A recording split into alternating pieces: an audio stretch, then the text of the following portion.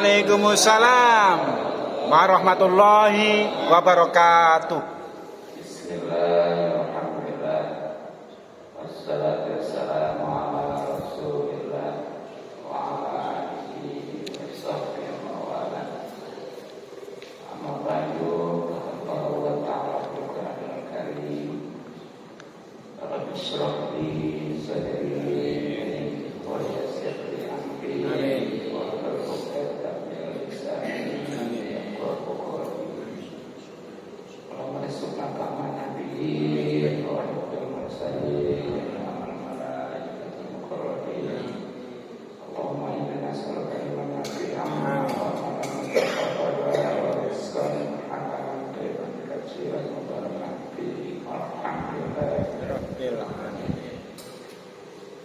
Yang terhormat Ketua DKM Masjid Jami At-Taqwa Kota Bumi 2, Ustaz Haji Iman Basuki dan jajarannya, khususnya Ustaz Haji Iwan Setiawan, Ustaz Abdul Hamid, Ustaz Udin, Ustaz Haji Widoyo, dan para tokoh serta sepuh. Kita doakan mudah-mudahan dipanjangkan umurnya dalam keadaan sehat dan batin, hingga bisa memimpin kita dengan istiqomah di jalan Allah Subhanahu wa taala. Amin. Pada para bapak hadirin, mudah-mudahan kita semua selalu dimuliakan dan diberikan taufik serta hidayah dan petunjuk oleh Allah Subhanahu wa taala, juga keistiqomahan di dalam taat dan ibadah kepada Allah Subhanahu wa taala. Mudah-mudahan kumpulan kita dirahmati dan diberkati serta diridhoi oleh Allah Subhanahu wa taala, juga mendapatkan balasan dan keuntungan dunia dan juga lebih-lebih akhirat tentunya berlalu. Terutama alhamdulillah, seperti mana biasanya setiap malam Sabtu, walaupun kondisinya gerimis ya, kita masih bisa kembali kumpul dan bersilaturahmi. Mudah-mudahan dengan sebab itu rezeki kita dimudahkan dan dibanyakan serta dibarokahkan, umur kita dipanjangkan dalam keadaan sehat dan batin. Terlebih lagi pahala dan keberkahan haji yang mana ada insyaallah lebih baik daripada membebaskan atau memerdekakan 1000 budak. Budak itu manusia sebenarnya, tapi bisa dijual belikan, dan suatu keuntungan yang luar biasa kalau membebaskan, ya khususnya insyaallah dengan dia membebaskan satu budak itu dari jaminan dirinya dibebaskan dari neraka. Makanya zaman dulu itu berlomba-lomba untuk membebaskan budak. Ya, keluarga yang memang punya maya, ya bahkan ada yang sengaja beli gitu, untuk dibebaskan. Tapi alhamdulillah kita mah memang zaman sekarang mah gak ada budak ya. Ternyata dengan ngaji sawah itu lebih baik daripada membebaskan 1000 budak. Bahkan ini budak dari Bani Ismail yang utama. Ya berarti kesimpulannya sudah digaransi jaminan diri kita dibebaskan daripada 1000 neraka seandainya. Nah maka dari itu, mari kita kembali kaji yang pertama, hadis sebagai referensinya kitab Lughul Hadis matan dari kitab Tamhil Qaul. Nah, kalau Lughul Hadisnya karangan Imam Suyuti atau lokatnya Imam Jalaluddin Suyuti. Nah, kalau Tamhil Qaulnya itu Syekh Nawawi. Nah, khususnya alhamdulillah kita sudah sampai kepada bab yang ke-15, yakni tentang keutamaan ibadah sunat, khususnya sholat. Nah, kalau di kitab ini semuanya ada 40 bab, ya berarti 15 atau 16 bab lagi ya. 15 berarti 25 lagi ya. Nah, ini yang udah jelas 14 bab aja kita udah berapa bulan ya pemakaiannya kan terus tahun. Ya pokoknya mah ngaji aja terus lah. Ya, karena memang di setiap babnya juga ini ada 10 hadis. Jadi itu kalau memang udah puasa ini 40 bab dikali 10 itu berapa hadis? 400 ada. Kalau salah senang. Ya, jadi kan hadis atau bab kan ada 40 ya. Setiap babnya ada 10 hadis. Jadi 400 hadis. Oh, kalau itu benar-benar paham apalagi talar ya. Qurannya buat ceramah mantap ya. Ya, dibawa ya, bewok.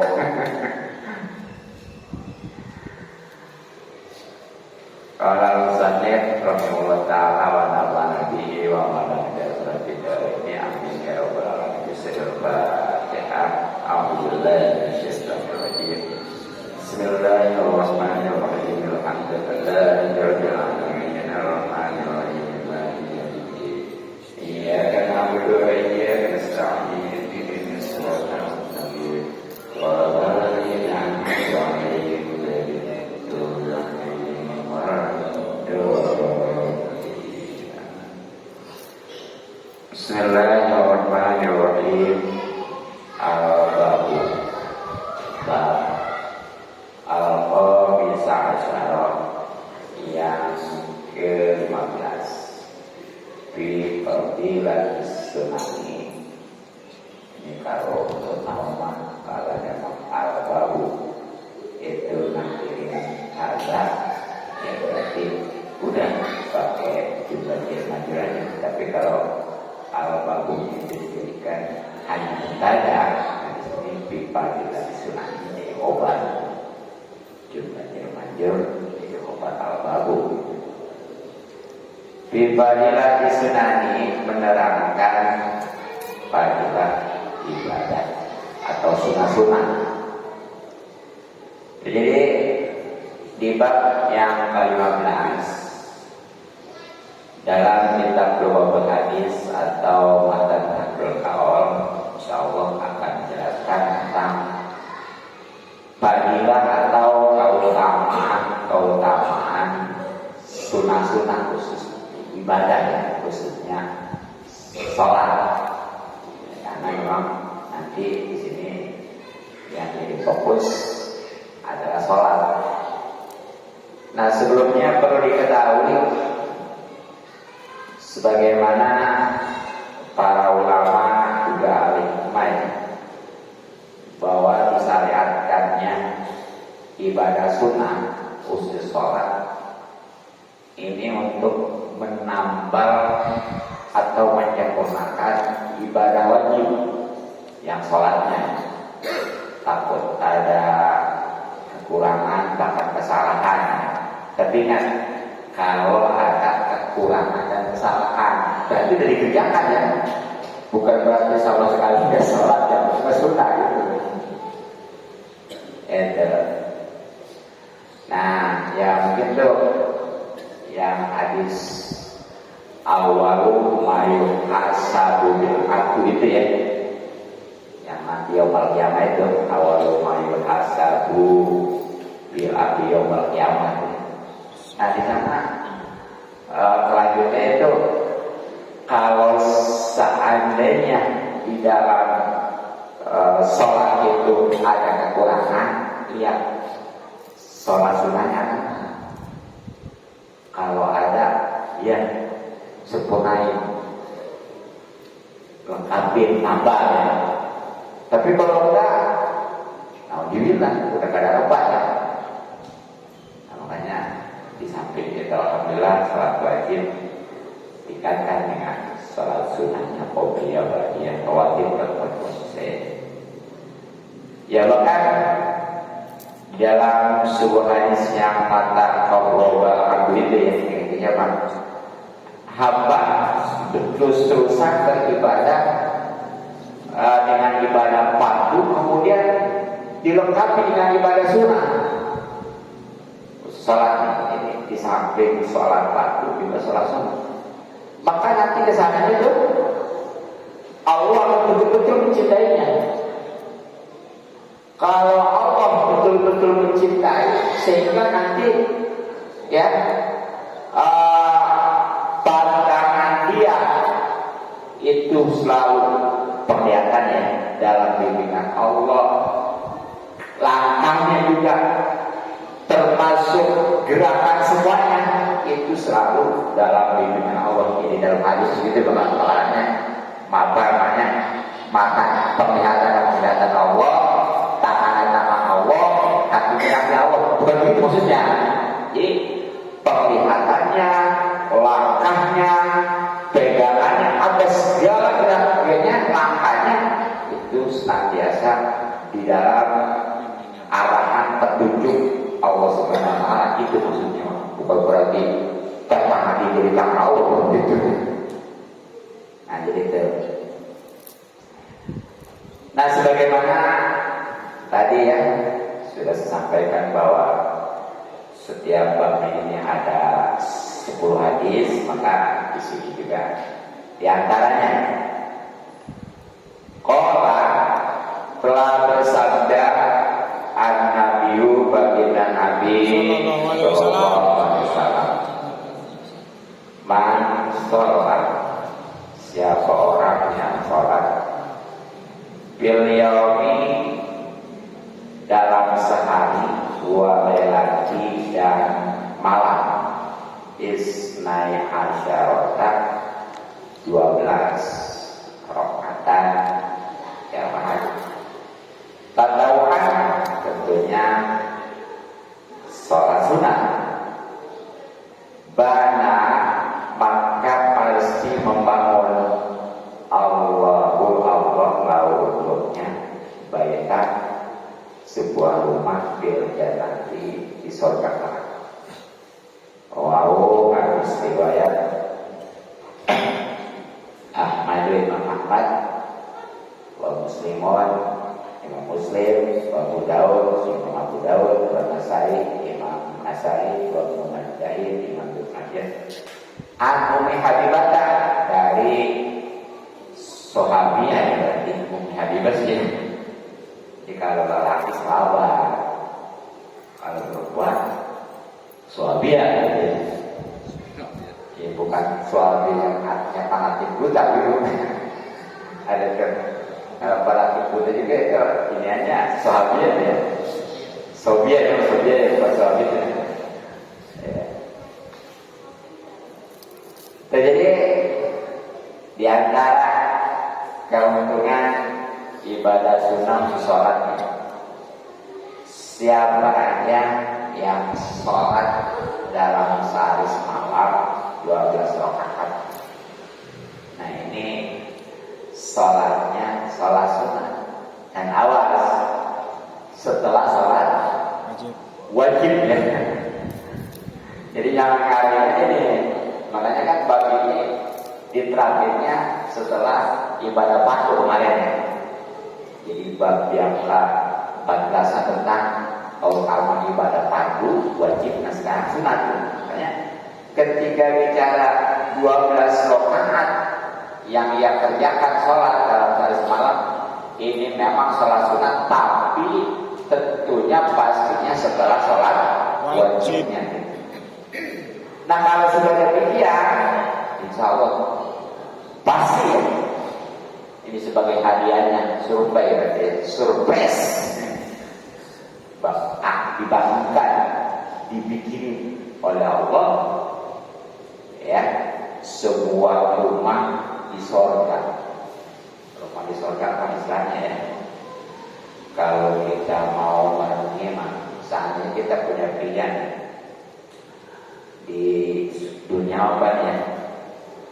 Misalnya paling mewah rumah dari Batak ya. Ya walaupun di luar dipoles macam-macam kan, jelas dalamnya Batak. Kalau Hebel mah murah.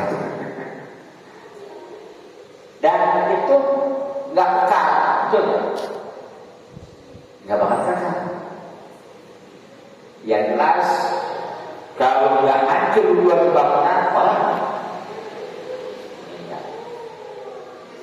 nah sedangkan kalau di surga nanti itu sekurang-kurangnya dari perak, ya pasalnya bisa emas, bisa ikutannya dan kekal.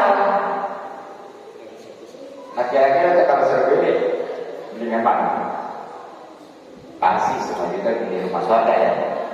Tapi ini sebagai DP ataupun iya harganya sebenarnya Pak nggak perlu mahal kan ya, hanya 12 rakaat tuh setiap dalam hari semalam ya maksudnya udah. Nah mungkin nih jadi pertanyaan, 12 rakaat itu apa aja nih? Ini ada dua versi. Ya satu versi 12 rakaat ini ya nih 4 rakaat sebelum zuhur, kemudian 2 rakaat sesudahnya, sesudah jamnya. Nah kalau hari Jumat gimana? Sama tuh Jumat juga jadi Jumat itu qobliyah ba'diyah ada kayak sholat zuhur gitu ya. Ya mungkin kalau yang ada kan tuh kalau yang sholat Jumat nggak qobliyah lagi gitu ya. Ya itu penggalian hadis kurang tahu jauh.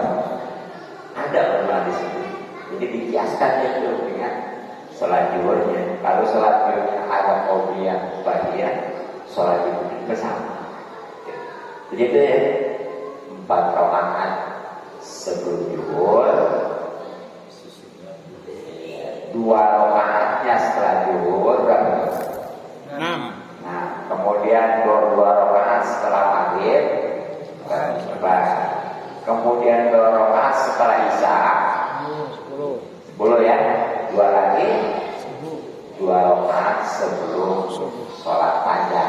Di sini maksudnya mah sholat fajar itu sholat subuh ya. Iya, jadi sholat fajar di sini maksudnya sholat subuh, bukan berarti sholat. Ya dengan katanya sholat sunat fajar nih, tapi bukan berarti sholat sunat fajar itu dikerjakan sebelum waktu subuh, bukan. Jadi sholat fajar itu maksudnya sholat subuh. Nah berarti kalau sebelum sholat subuh adalah sholat qobliyah subuh, tapi yang lebih populernya adalah sholat sunat fajar. Sampai-sampai ada hadis sholatul fajri khairun minad dunya wa ma fiha itu ya. Sholat 2 raka'ataini minal fajri khairun minad dunya wa ma fiha. 2 rakaat sholat dari sholat sunat fajar itu lebih baik daripada dunia dari sini itu.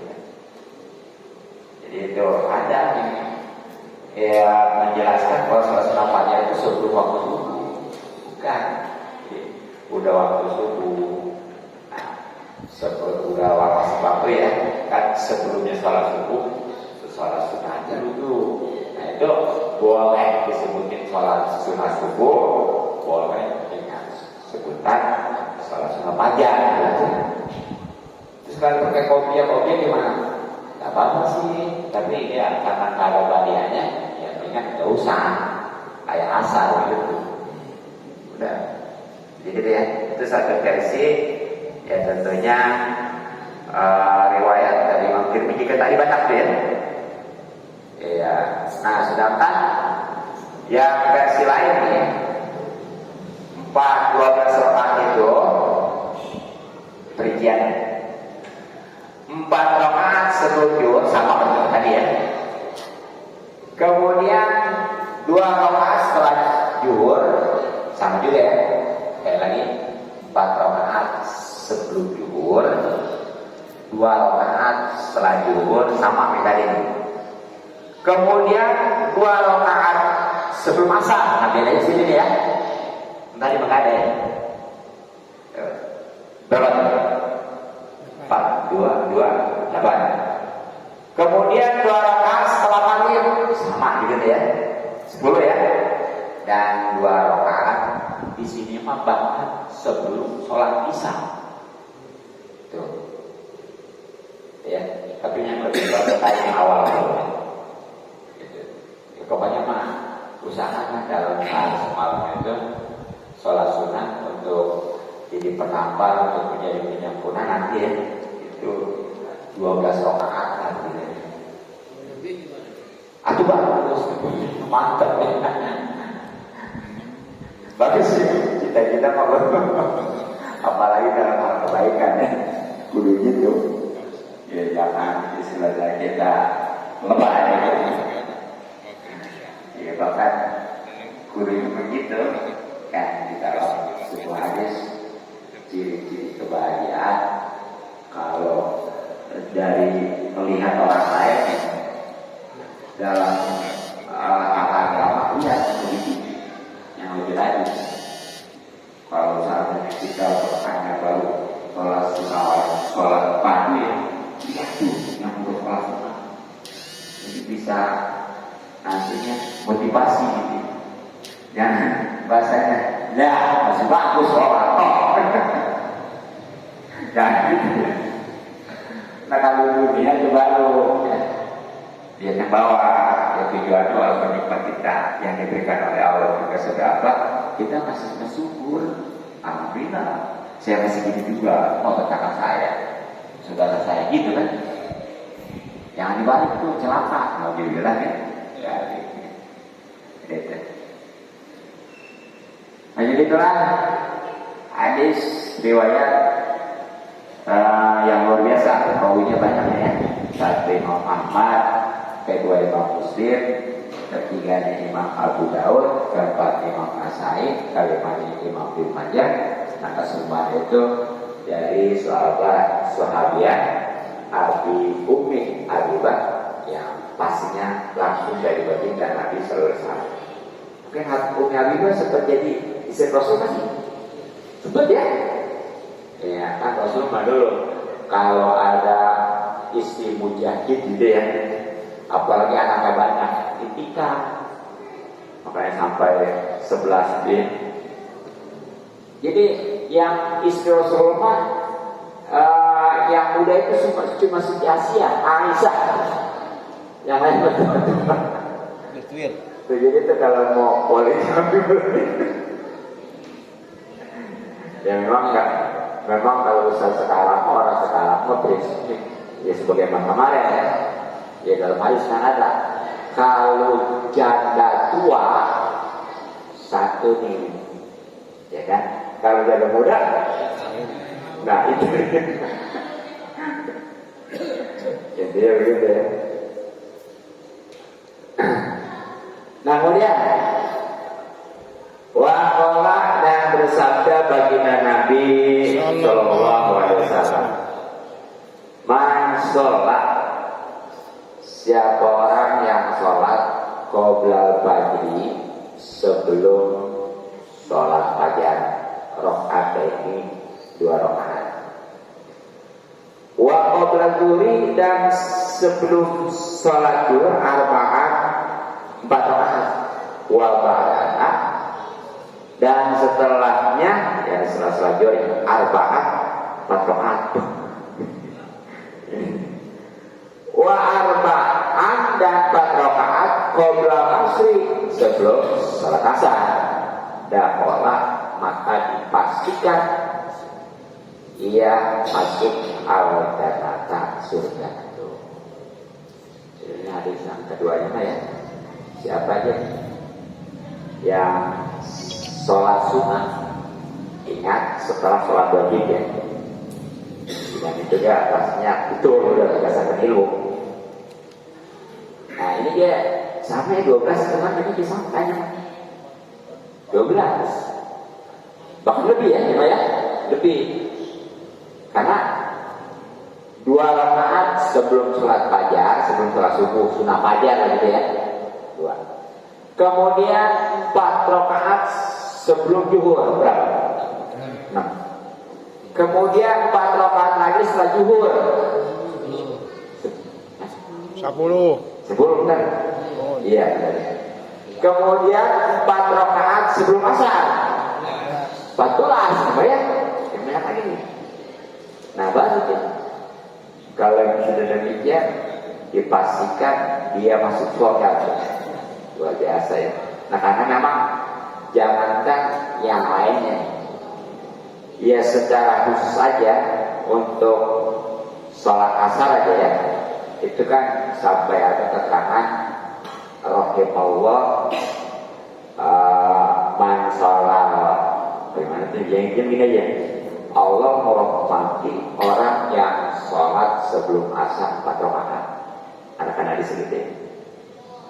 Nah itu yang 4 rakaat boleh yang utamanya sebagaimana tadi juga tuh qobliyah bagi qobliyah zuhur dan ba'din ya. Yang 4 rakaat nih itu boleh 2-2. Nah itu yang terbaik. Karena kalau 2-2 pastinya takbir ihram 2 kali ya. Atau salamnya yang mestinya 2 kali jadi 4 kali kan gitu. Dan tentunya tasawufnya jadi 2 kali. Tapi seandainya di satu nggak apa-apa. Takutnya itu akan kadang-kadang kalau dipisahin ya begitu udah beres 2 rakaat ya yang penting mah udah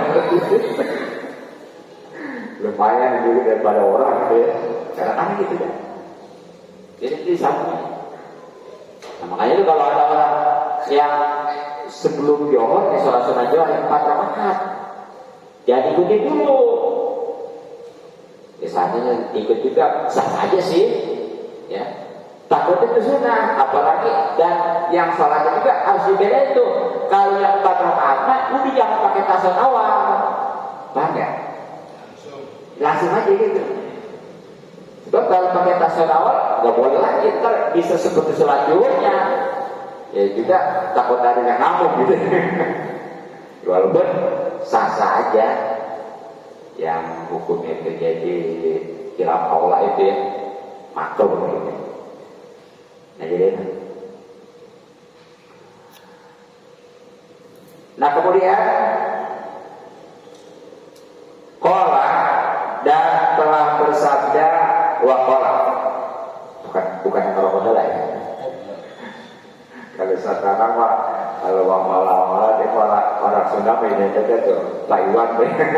Kalau populer pas gitu. Memang itu satu juga asal bahasanya wakola populer guys. Yai ngomong wakola itu orang populer. Wakola dan telah bersabda baginda Nabi Sallallahu Alaihi Wasallam.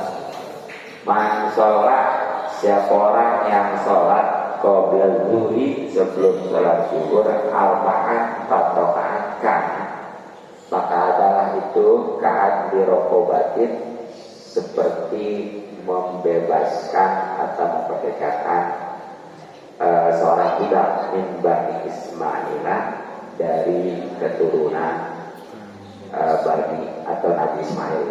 Rawahu al-Istirahat atau Durmi Imam Tabrani. Jadi hadis yang ketiganya ini siapa aja yang sholat sunnah setelah sholat wajib, khususnya nih 4 rakaat sebelum zuhur. Ingat ya, makanya katanya dari awal. Kalau pengen bisa nih, jangan istilahnya udah komat baru pada lari. Yang nggak tahu apa saya. Iya, Ya bahkan mestinya betul. Dianggap banyak. Walaupun wudhu itu kan wajibnya kan setelah masuk waktu ya, terutama ketika musola. Sedangkan kalau sebelum masuk waktu itu wudhu punya sunnah. Tapi utamaan sebelum masuk waktu betul. Jadi udah siap-siap ya, mestinya gitu. Jadi kan, kalau memang dia sudah bisa sholat qobliyah zuhur lah ya 4 rakaat, itu keuntungannya seperti membebaskan satu budak dari Bani Ismail. Dan ini sekali lagi yang paling baik.